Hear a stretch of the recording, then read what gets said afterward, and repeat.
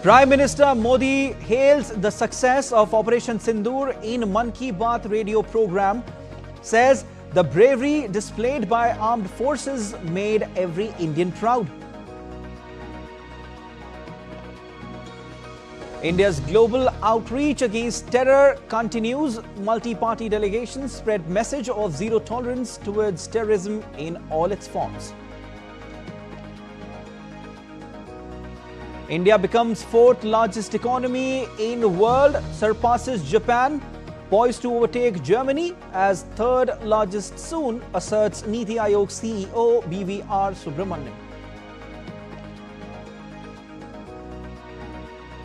Russia-Ukraine trade drone fire at capitals. Attacks come as Moscow and Kyiv carry out biggest prisoner swap since February 2022.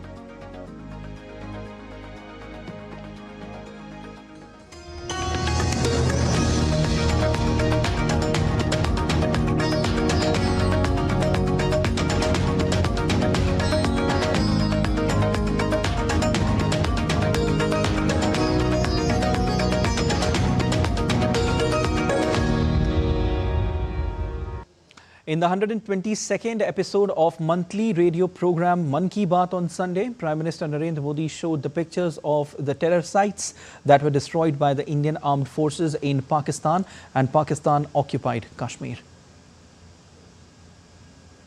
Modi shared India's unwavering commitment to eliminating terrorism and hailed the precision strikes carried out by the Indian Armed Forces against Pakistan under Operation Sindoor. He was addressing the 122nd edition of his monthly Mann Ki Baat program.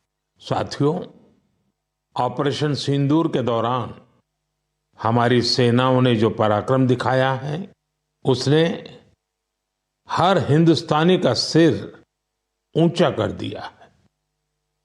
जिस precision के साथ, जिस सटीकता के साथ हमारी सेनाओं ने सीमा पार के आतंकवादी ठिकानों को ध्वस्त किया, वो अद्भुत है। ऑपरेशन सिंदूर ने दुनिया भर में आतंक के खिलाफ लड़ाई को नया विश्वास और उत्साह दिया है। As India is nearing to achieve its goal to eliminate left-wing extremism till March 2026 from the country, Prime Minister said that the situation in Maoist violence-affected areas is fast becoming normal and the children in these areas are excelling in both education and sports. यहाँ के बच्चों में science का passion है, वो sports में भी कमाल कर रहे हैं। ऐसे प्रयासों से पता चलता है कि इन इलाकों में रहने वाले लोग कितने साहसी होते हैं। इन लोगों ने तमाम चुनौतियों के बीच अपने जीवन को बेहतर बनाने की राह चुनी है। Prime Minister Modi noted that the global enthusiasm for the International Yoga Day continues to grow, reflecting a widespread commitment to integrating yoga into daily life. मुझे जानकर अच्छा लगा कि इस बार भी हमारे युवा साथी देश की विरासत से जुड़ी आइकॉनिक प्लेसेस पर योग करने वाले हैं। कई युवाओं ने नए रिकॉर्ड बनाने और योग चेन का हिस्सा बनने का संकल्प लिया है। हमारे कॉर्पोरेट्स भी इसमें पीछे नहीं हैं। कुछ संस्थानों ने ऑफिस में ही योग अभ्यास के लिए अलग स्थान तय कर दिया है। कुछ स्टार्टअप्स ने अपने ऑफिस योग अवर्स तय कर दिए हैं। Prime Minister also highlighted that Ayurveda is gaining global recognition for its holistic approach to health and well-being. WHO के डायरेक्टर जनरल और मेरे मित्र तुलसी भाई की मौजूदगी में एक MOU साइन किया गया है। इस एग्रीमेंट के साथ ही international classification of health interventions के तहत एक डेडिकेटेड ट्रेडिशनल मेडिसिन मॉड्यूल पर काम शुरू हो गया है। Referring to the crafted fibers of Sikkim, PM Modi said that the handcrafted textiles of the state represent a harmonious blend of tradition, weaving artistry, and contemporary fashion. Crafted fibres ये सिर्फ एक brand नहीं, सिक्किम की परंपरा, बुनाई की कला और आज के फैशन की सोच, तीनों का सुंदर संगम है। Prime Minister Narendra Modi has emphasized that when tradition is infused with passion, it forges a distinctive global identity. He believes that reviving and integrating traditional practices with modern enthusiasm not only preserves cultural heritage but also propels it onto the world stage, showcasing India's rich legacy to a global audience. India's all-party parliamentary delegation led by Congress MP Shashi Tharoor visited the National September 11 Memorial in New York. The delegation solemnly paid tribute to the innocent lives lost in the tragic 9/11 attacks and reaffirmed India's unwavering solidarity in the global fight against terrorism. Speaking to the media outside the 9/11 Memorial, Shashi Tharoor emphasized India's resolve to combat terrorism, stating that India will not remain silent against forces of evil. He called on the global community to stand together in mutual solidarity and strength against the menace of terrorism. We are suffering the same wounds all the time.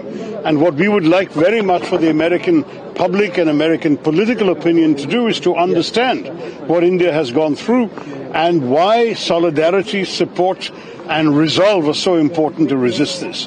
Just as the US has exercised its right of self-defense, we have been doing the same thing, and we will need to do it in future. We need your understanding, we need your support, and we need your solidarity. Speaking about how India has been subjected to terror acts time and again, Tharoor underlined that India is not going to stop our hunt for those who did this latest atrocity. He also expressed confidence in the Indian diaspora to influence and shape the public opinion.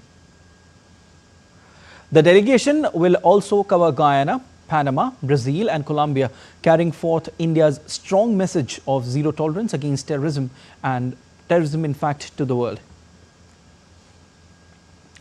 Taking India's strong message against terrorism to the world, another multi-party delegation led by Nationalist Congress Party MP Supriya Sule has reached Qatar.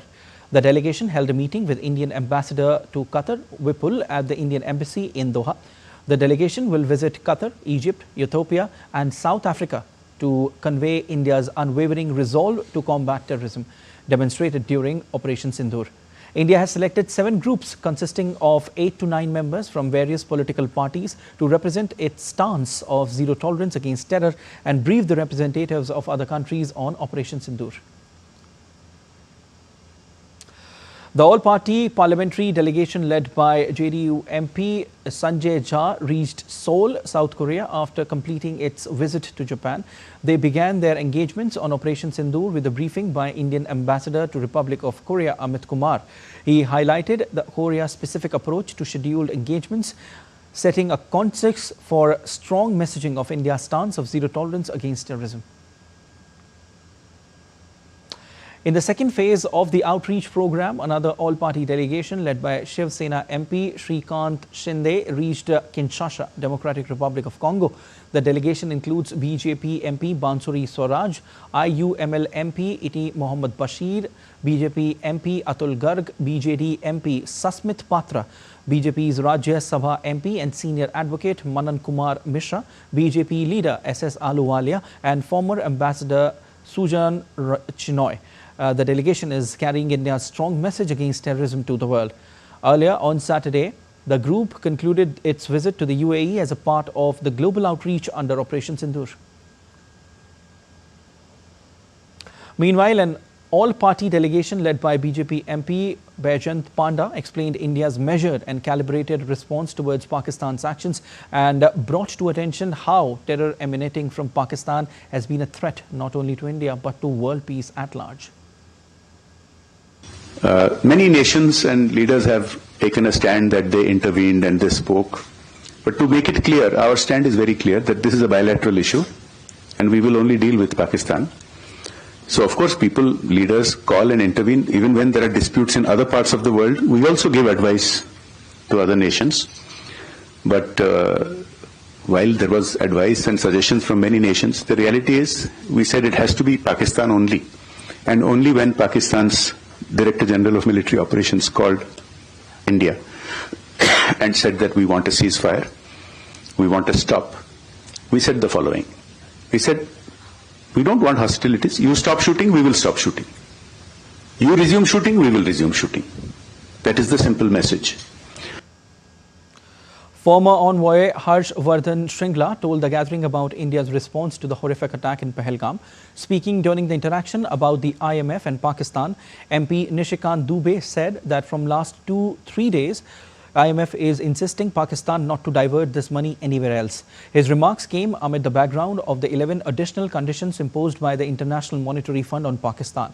The delegation aims to Saudi Arabia, Kuwait, Bahrain and Algeria brief international partners on India's response to the April 22nd Pahalgam terror attack. AIMIM MP Asauddin Owaisi said that terrorist groups wrongly use religion to justify killing innocent people. He noted that India has repeatedly exercised maximum restraint despite grave provocations. The 7th group of all-party delegation led by BJP MP Ravi Shankar Prasad has departed for 6-country visit. The delegation will be visiting UK, France, Germany, EU, Italy and Denmark. To send a strong message against terrorism, another all-party Indian delegation is visiting France led by BJP MP Ravi Shankar Prasad. The team will meet senior French ministers to strengthen ties between the two countries and work together on fighting terrorism. This visit shows that all Indian political parties are united on this issue and that India stands with France in the global fight against terrorism. DD India's Rohini Gosavi has more. India's all-party delegation for France is arriving to Paris today, and it will be here for next 2 days. BJP MP Shri Ravi Shankar Prasad is leading this delegation along with other party MPs and ex-diplomat. As we know, Pakistan is blaming India for attacking their citizens and portraying itself as a victim of terrorism on international level. That's why this delegation has its own importance. This delegation is carrying 2 strong messages. First one is we will not tolerate terrorism anymore. And second one, we may have differences in political level, but when it comes to nation, when it comes to country, we unite and fight together. After Operation Sindoor and Pakistan's nuclear threats, India government has sent these delegations to more than 20 countries to spread a message and show India's stand against cross-border terrorism. In countries like France, which has itself been a victim of terrorism, the Indian delegation is finding strong resonance.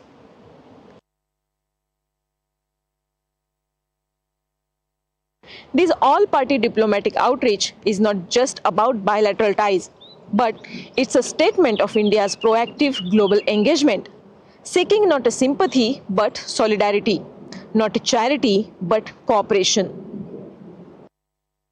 During these 2 days, this delegation will meet French ministers, French politicians, Senate members, as well as Indian diaspora, think tank members, and Indo-French friendship groups. To spread its message loud and clear, this delegation will meet French media as well. In this visit, this delegation will show and prove that how Pakistan is lying and how India has been victim of Pakistani terrorism since long time. They will be seeking supportive hands to fight against terrorism together. This is Rohini Gosavi in Paris for DD India. And still to come on this edition of DD India Live. Bangladesh's political impasse deepens. Bangladesh Nationalist Party urges interim government chief Mohammad Yunus to hold national elections by December 2025. Fit India Sundays on Cycle held a special edition this Sunday for all the journalists and media personnel to promote a healthy India. We will show you how India made waves at Cannes 2025.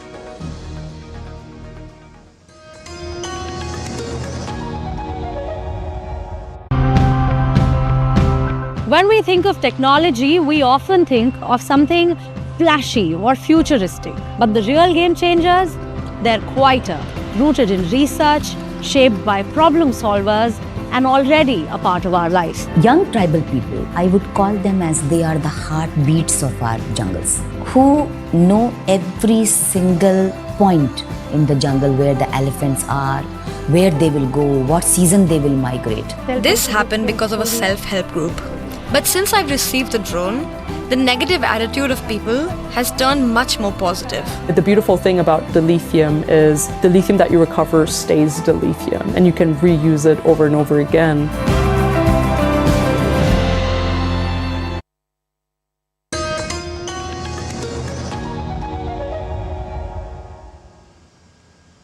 You're watching DD Live. I'm Siddharth Bharadwaj. The NDA-ruled Chief Ministers' Council meeting chaired by Prime Minister Narendra Modi was held in Delhi today. Several party dignitaries, including NDA Chief Ministers and Deputy Chief Ministers, attended the meeting. In a meeting, a motion of thanks was passed praising the valor of the army and the leadership of PM Modi regarding Operation Sindoor. Along with this, a resolution was also passed praising the decision taken regarding caste census. Meeting also deliberated upon forthcoming events like first anniversary of NDA government, 10 years of International Yoga Day and 50th anniversary of imposition of emergency. India is on a transformative journey, surpassing Japan. India is now the 4th largest economy in the world. Citing International Monetary Fund data, Niti Aayog's CEO BVR Subramaniam confirmed the milestone achieved at a press conference of the 10th Niti Aayog Governing Council meeting on Saturday. He further stated that India may soon surpass Germany and become the 3rd largest economy in the world. The economic boom has come amid strong growth in key sectors, sustained investment flows and government-backed industrial strategies. India had been neck and neck with Japan in nominal GDP for several months, but recent data confirms a definite shift. We are the 4th largest economy as I speak. We are a $4 trillion economy as I speak. And this is not my data, this is IMF data. India today is larger than Japan. So it's only the United States, China and Germany which are larger. And if we stick to what is being planned, what is being thought through, it's a matter of another 2.5 to 3 years, we would become the 3rd largest economy. ASEAN foreign ministers pledged continued support to Myanmar and urged commitment to regional solidarity as the bloc faces ongoing humanitarian and political challenges at the ASEAN foreign ministers meeting in Kuala Lumpur. Malaysian Foreign Minister Mohammed Hassan said that ASEAN's swift action towards the recent Myanmar earthquake reflected its founding values of compassion, solidarity and humanity. He also called on Myanmar stakeholders to extend and expand the current ceasefire, urging all sides to ease the suffering of the people of Myanmar and work towards long-term peace. After a day-long drama, Bangladesh Nationalist Party has called for swift completion of reforms initiated by the interim government as well as holding the national election by December this year. The party leaders held a meeting with Bangladesh Chief Advisor Muhammad Yunus at the State Guest House, Jamuna in Dhaka. After the meeting, the party's standing committee member, Khandakar Mosharraf Hossain, briefed reporters and called for completing the reforms quickly and holding the national election by December. BNP also demanded the announcement of a roadmap for the election. BNP standing committee members also demanded the removal of National Security Advisor and 2 student advisors. The chief advisor also met Bangladesh Jamaat-e-Islami and National Citizen Party separately. In a latest update on Russia-Ukraine conflict, Kyiv came under attack from more than a dozen Russian drones early on Sunday, authorities said, as they warned of an incoming missile threat. Officials said the attack injured at least 7 people as fragments set an apartment building on fire and damaged homes.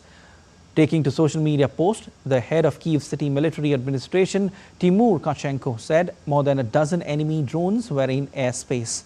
Kyiv mayor said the city was under attack, but air defenses are operating, urging the citizens to take shelter. The successive overnight attacks come even as Russia and Ukraine pursue the biggest prisoner swap. Meanwhile, Russia's defense ministry said early on Sunday that its air defenses intercepted 110 Ukrainian drones overnight, including 13 over the Moscow and Tver regions. Taking to social media post, Moscow Mayor Sergei Sobyanin said that the number of drones destroyed or intercepted near the capital had risen to 11. The activity prompted the closure of Moscow's 3 airports for a time. Meanwhile, Russia and Ukraine have exchanged 307 prisoners each as part of a 1,000-person deal in the biggest swap in conflict so far. Saturday's swap was announced by Russia's defense ministry and separately by Ukrainian President Volodymyr Zelensky in a post on social media platform telegram. Zelensky said that in just 2 days, 697 people have been brought home, adding that he expects the process to continue on Sunday. He also said that among those who returned are warriors from armed forces, the State Border Guard Service, the National Guard of Ukraine. Novak Djokovic clinched his 100th career title as he defeated Hubert Hurkacz 5-7, 7-6, 7-6 in 3 hours and 5 minutes on clay at the Geneva Open final on Saturday. Djokovic had not won a tournament since his maiden Olympic gold medal in Paris last year, while his last tour-level title had come at the ATP finals in 2023.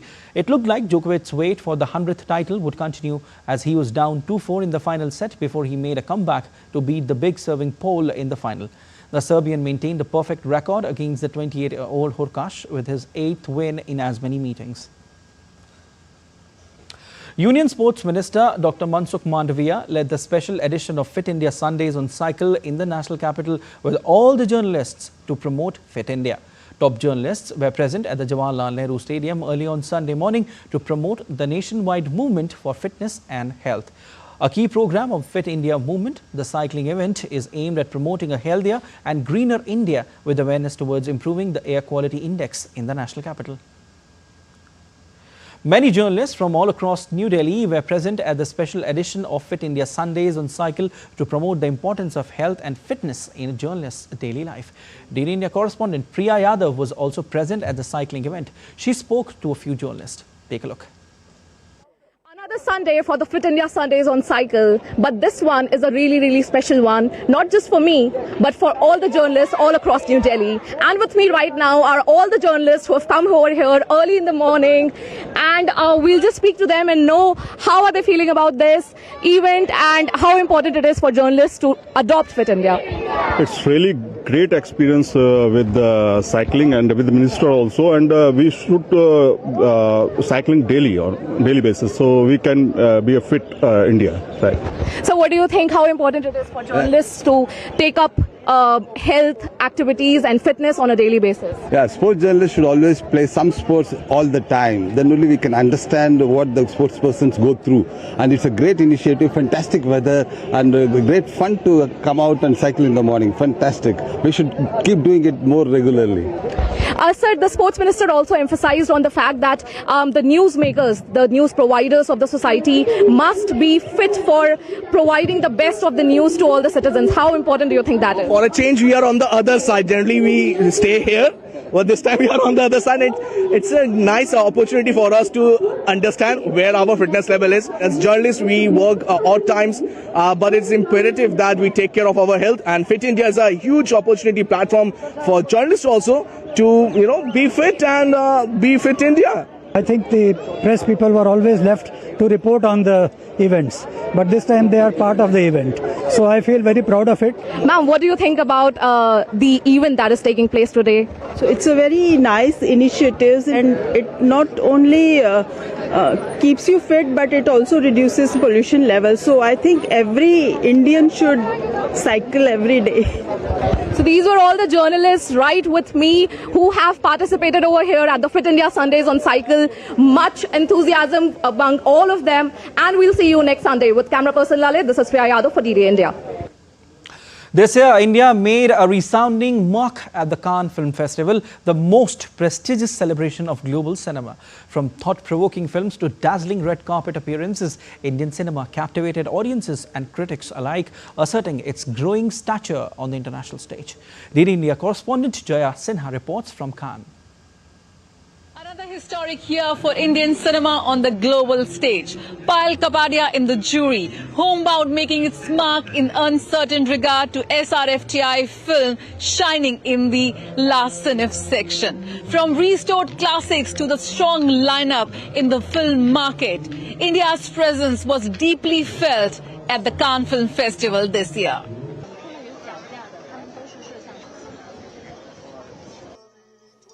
From the jury room to the red carpet and the screening halls, Cannes 2025 was not just a festival. It was a showcase of India's rising prominence in world cinema. Meanwhile, Homebound, directed by Neeraj Ghaiwan and produced by Karan Johar, competed in the prestigious Uncertain Regard section earning praise for its storytelling and performances. We have to acknowledge the big thing that happened last year was Payal Kapadia's film, which actually broke the jinx that we will never get selected in the main competition.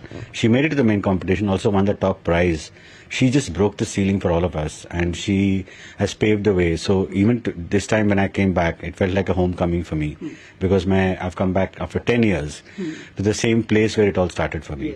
So also it's a moment of pride as an Indian for me, you know, because it's like you see that people from all nationalities who can't speak your language, they don't understand, and they are clapping, and they are like, we want to come to India watching this. We really, so that is something special, you know.